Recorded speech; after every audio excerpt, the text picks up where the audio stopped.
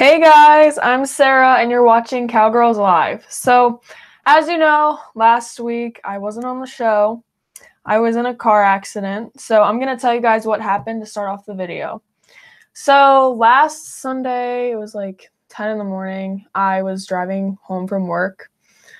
And I went around this turn, and I drive a truck, a pickup truck. So, it's like trucks have lighter back ends and then heavier front ends. So I was going around this curve and my truck started to what they call a fishtail. So it started fishtailing and it went into the other lane, so the left lane. And then there was a lady coming towards me in that lane. So it was either, let my truck get the traction back or turn my wheel a little bit and try to not run into her. So I chose to turn my wheel a little bit, and that caused my truck to do a 180 and back into a tree. And the tree went through the back window of my truck and hit my seat, and it caused my seat to push forward and the back of my head to hit, I think it was the glass on the back of my truck. So usually with trucks, if there wasn't a car coming, I would have, since my truck started shifting into that lane a little bit, I could just feel the back end kind of go out, and I was like, oh no, I'm sliding. I was used to that because I drive a pickup truck and that happens occasionally.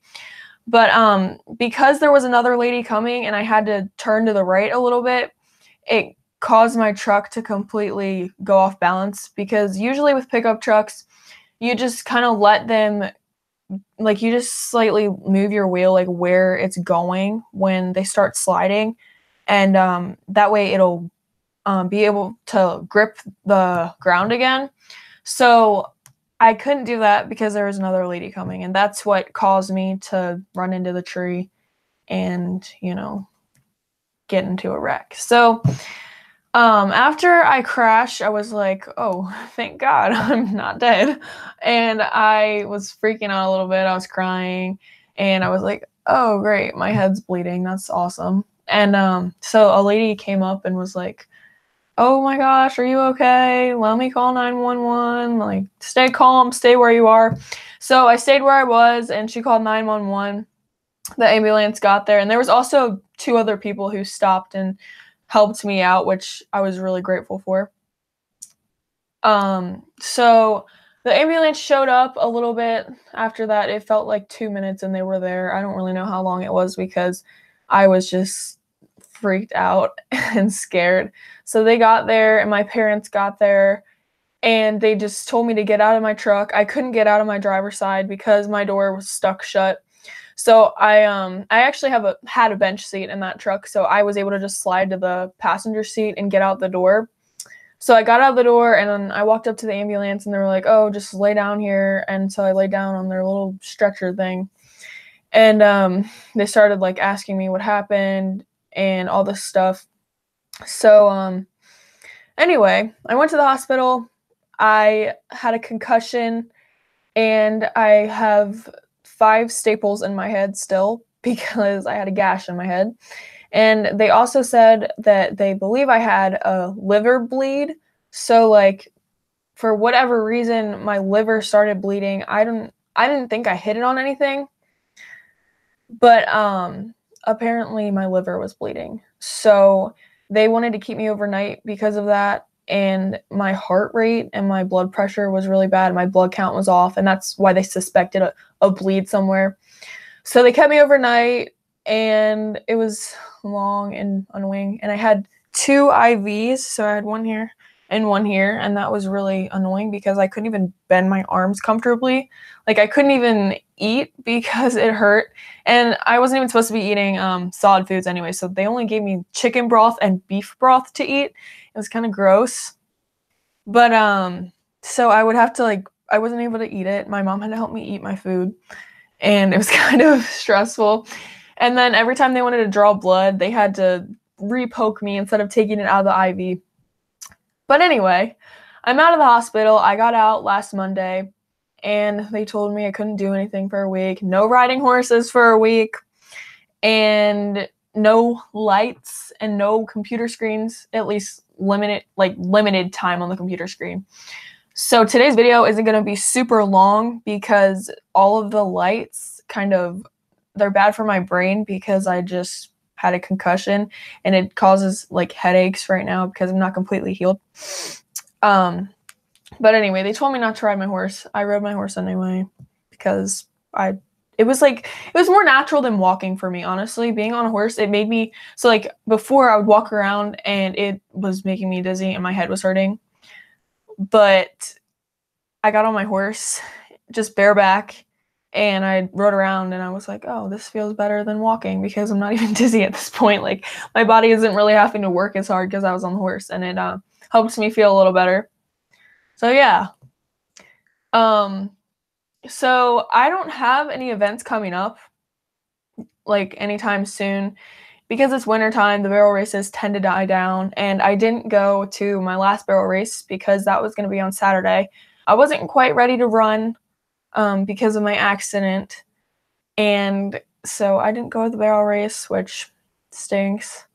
But anyway, there's more coming up soon, hopefully. I just don't know of any dates yet, but I'll let you guys know as soon as I find out about that. Before I get on with the show, I just want to thank my sponsors, CraigShipp.com, Catoctin Mountain Orchard, and Mid-Atlantic TV. Thank you guys for sponsoring me. So today we are going to be making horse treats. Christmas horse treats. Oh, and by the way, throughout the video, feel free to ask questions. Logan M says, I'm glad you're okay. Thank you, Logan. And, oh, David Williams, what kind of doggy is that on the bed? That is an Australian cattle dog mixed with a border collie, and that's Annie. I talked about her in my last video. She's a character. But anyway, I made up this horse treat recipe. It's kind of a test. So next week, you'll see how they turn out. But I've made horse treats before, and I've followed like a recipe I found online. These ones are like Christmassy, Christmas horse treats. So I'm going to show you guys how to make some Christmas horse treats. I only have 4 ingredients. You can add more if you want to make horse treats. So the first thing and the main thing is David Williams, by the way. You're welcome. Rolled oats. So these are what you use for oatmeal. Horses like oats too, as you guys probably know. So I'm just going to pour these in here. I'm not going to make a ton of horse treats. Let's fill it up like that much. So that looks to be about 2 solid cups right there. So that's like the main ingredient is the oats. Oats are fine for horses to eat. These are 100% whole grain, old-fashioned oats, so they sound pretty healthy. I'm sure my horses will be fine. So the next ingredients I have are apples and a candy cane because horses love apples and candy canes. Or peppermint, whatever you want to call it. But this is a candy cane that I put in this bag, and I got like I actually used a knife handle because we have this heavy knife, and I just crushed the candy cane, and it's in this bag right here. So it was just 1 candy cane, but feel free to use more if you have a horse that really likes peppermint. I have 1 horse that loves peppermint, but my others aren't like super huge fans of peppermint. So that's why I'm only using 1 candy cane. Flippin' Zippo says, this would make a fine breakfast for me. Okay, well, I'll make you some breakfast. All right. So these are the peppermints and the oats. I'm just gonna, or candy cane and the oats. I'm just gonna mix this up.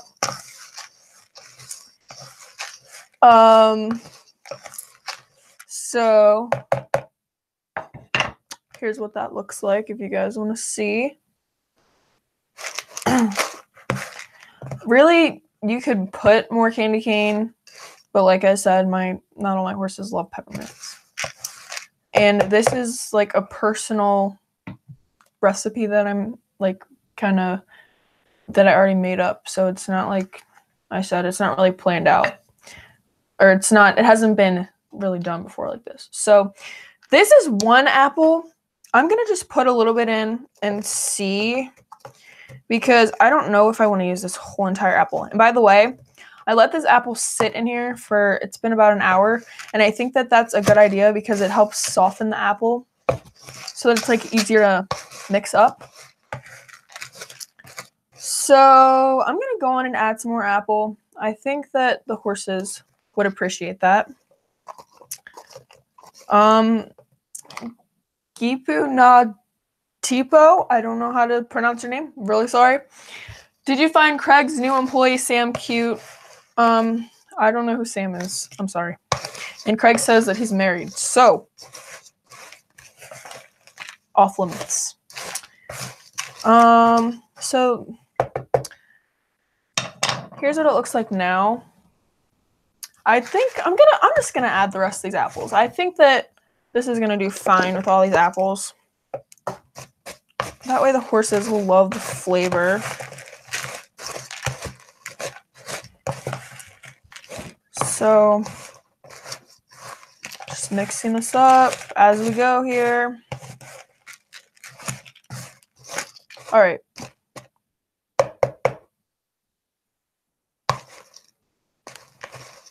So these are mixed. Now I'm going to add the last thing. Well, I said I had 4 ingredients, but technically I have 5. Oh, and this is sticking to my napkin. Oh, great. So this is molasses, but I didn't want to use like a giant container of molasses. So it was only filled up like this much with molasses, and I filled the rest up with warm water because I thought all that molasses would be way too sticky and it wouldn't really mix that well. So I filled this up with molasses and water and like shook it up really good for this. So if you were to do this with just a jar of molasses, you'd want to use about, let's say, it was probably, so this is a 12-ounce container. It's about like this full, so maybe like 4 ounces of molasses, and then like, let's say like 6 ounces of water. But anyway, this is what I used. So you could really just use water though, or I just wanted the molasses though for a little more flavor. You could use syrup or whatever you want to use. But anyway, here we go. Putting this in the bowl, and we're going to eyeball it because I don't know how much we're going to need for this. Going to need a little more, I think. Oh, and one cool thing about horses and making them treats, you don't have to worry about the stem from the apple. You can just mix it all in there because they don't care. They probably like the stem. It's a little extra flavor for them. So when I cut this apple up, I just put the seeds and the stem all in here because horses aren't picky. That's one good thing about horses. They're not picky. At least most of them aren't. So I'm going to add a little more of this because these are looking a little dry. And by the way, I think if you let this kind of soak in a little bit, it would help because with oatmeal, you know, ooh, I'm getting oatmeal everywhere. With oatmeal, you usually mix it with hot water, like in the microwave. You put it in the microwave or heat it up however you want to do it, but it's always stirred up really good, at least when I've had oatmeal. But I think if you were to let this soak, it might also help the oats kind of soak in the molasses or water, or molasses and water. So I'm going to add a little bit more. It's all kind of sticking to the oatmeal, to the oats. There's a little bit at the bottom. But like I said, if you let it soak, it's definitely going to help it. Keep asking me questions, guys. I want to answer your questions. Makes it interesting. So we're going to keep mixing this up. And then I'm going to let this sit for like an hour and then stir it up again because it's not getting as soaked up as I'd like it to right now. And I'm going to squish it into the bottom here. And as you can tell, here, let me just lift this up a little bit for you guys.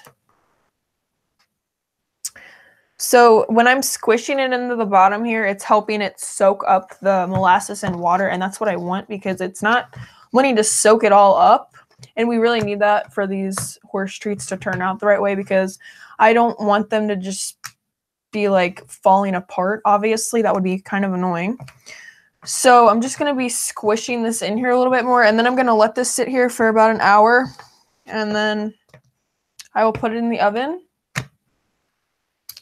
I'm going to put it in the oven at 400 Fahrenheit for probably like 15 minutes, 15 to 20 minutes. And I will let you guys know how those turn out next week, and I'll show you guys them. Hopefully they work.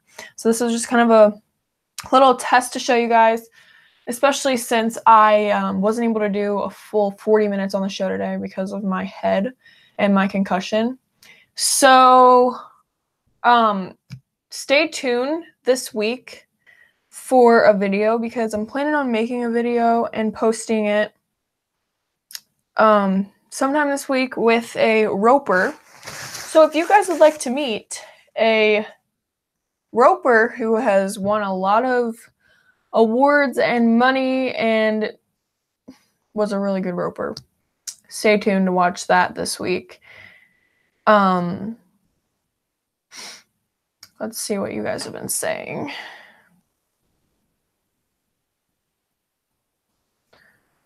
Craig, Jacob Kavarda. Craig, you should let Sarah come to a rodeo or practice pen and do a show on bullfighting and bull riding. Okay, that's my friend Jake. And we're going to do that, Jake. Jake wants me to come ride bulls or maybe get on a bull and try to ride a bull. And I'm going to do that eventually. So I will post a video of me riding a bull one of these days. And Jake will help me with that, especially since he just volunteered me to do it. And by the way, Jake is going to be on my show hopefully next week. He's a bullfighter, and he's going to tell you guys how to bullfight and like his tips and tricks and what he does. So stay tuned for that next week. And go ahead and follow Cowgirls Live on Twitter, Facebook, and Instagram. Thank you guys for watching. Bye.